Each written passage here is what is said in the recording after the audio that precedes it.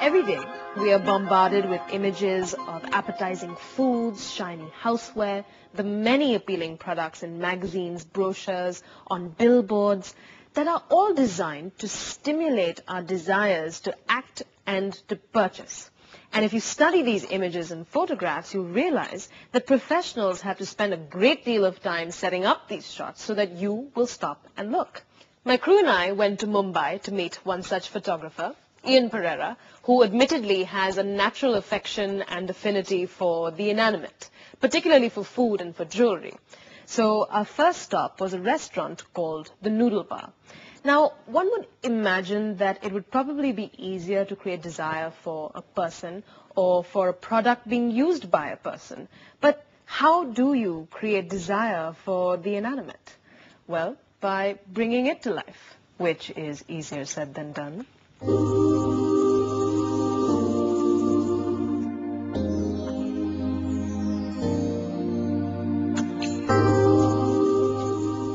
In this case, we're shooting for an ad. So when you're shooting for an ad, you have to keep in mind that you have to attract the reader. When the reader is looking at the magazine, you have to attract the reader to come into the restaurant. First, I'm composing the shot like we all want the shot to be.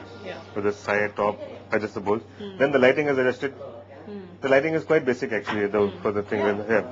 That cutter is important. That cutter I put, that is important in the crucial place. And the reflectors, as you saw, they put a reflector to lighten the shadows.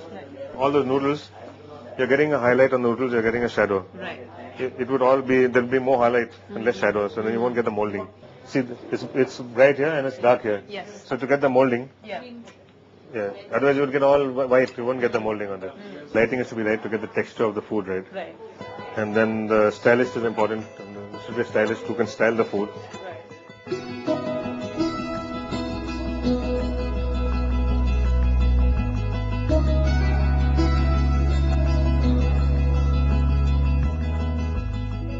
Basically, my work is to make the food look beautiful.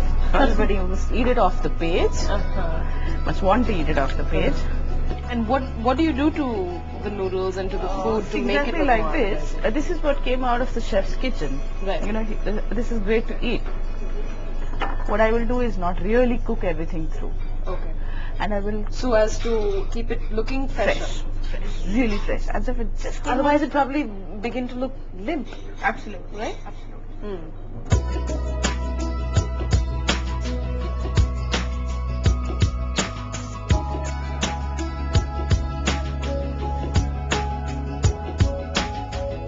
You know, I don't know about the noodles, but this camera definitely makes me salivate. I mean, this is a view camera, right? Yeah. And it's a...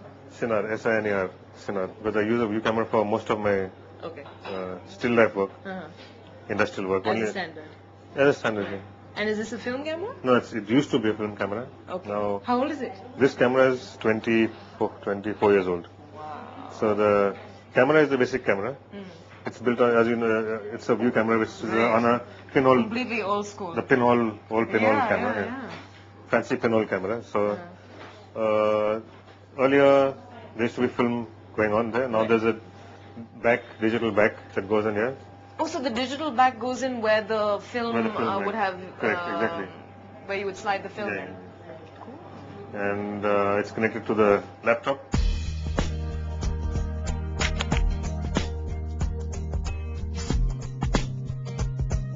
Now after the shot is done also you can see the layout. So now it shows that the thing is getting cut. The chopsticks are getting cut. Right. So now we move the chopsticks. What you see here, everything will not print. If it's not lit properly, it will not print on paper. So this is giving a warning that all these areas will go white. So I have the option, if I want to go slightly darker, I can go slightly darker.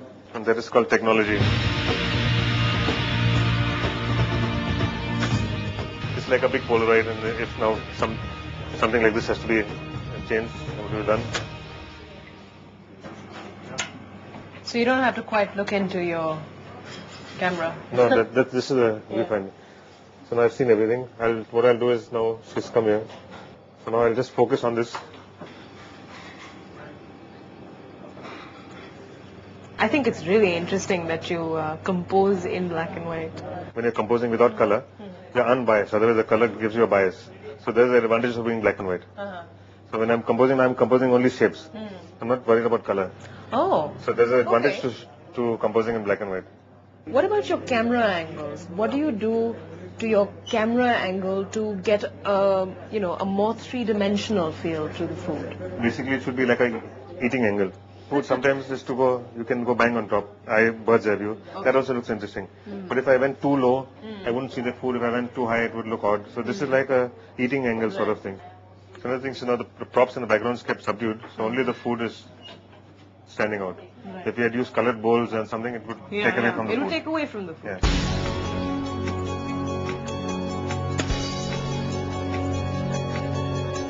So now I can check this. I can go here.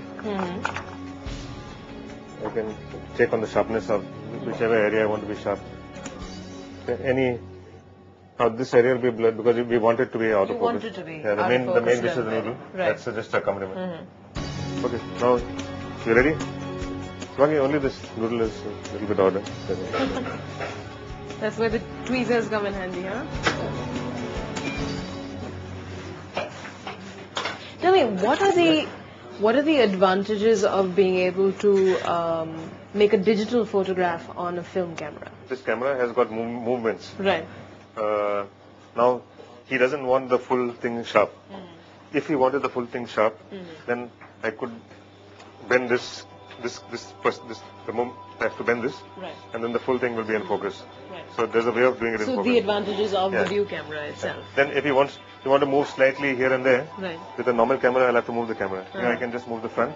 The perspective is the same. Right. But with a normal camera, you move the camera, the perspective changes. So here the perspective doesn't change. I can move this back and forth. I can go up and down. I can move the front. I can move the back. So there's the advantage to it.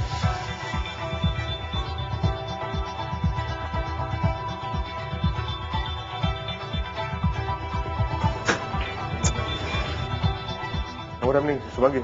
This onion is getting lost here, so it is looking at patch there. I'll turn the pink side, the colored side of that. So hopefully this will be the final. Make it standing right.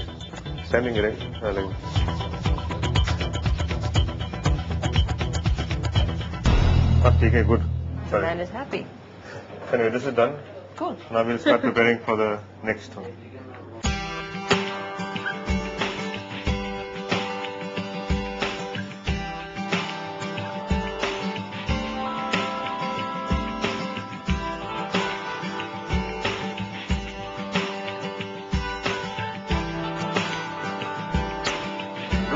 Blow here and blow here. Bas. Okay.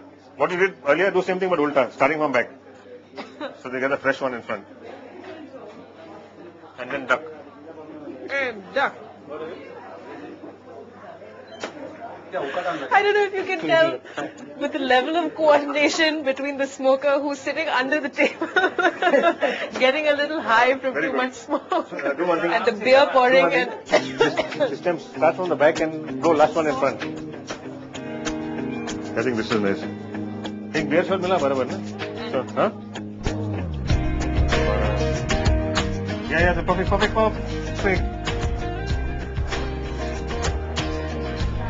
Happy. It's okay. Perfect.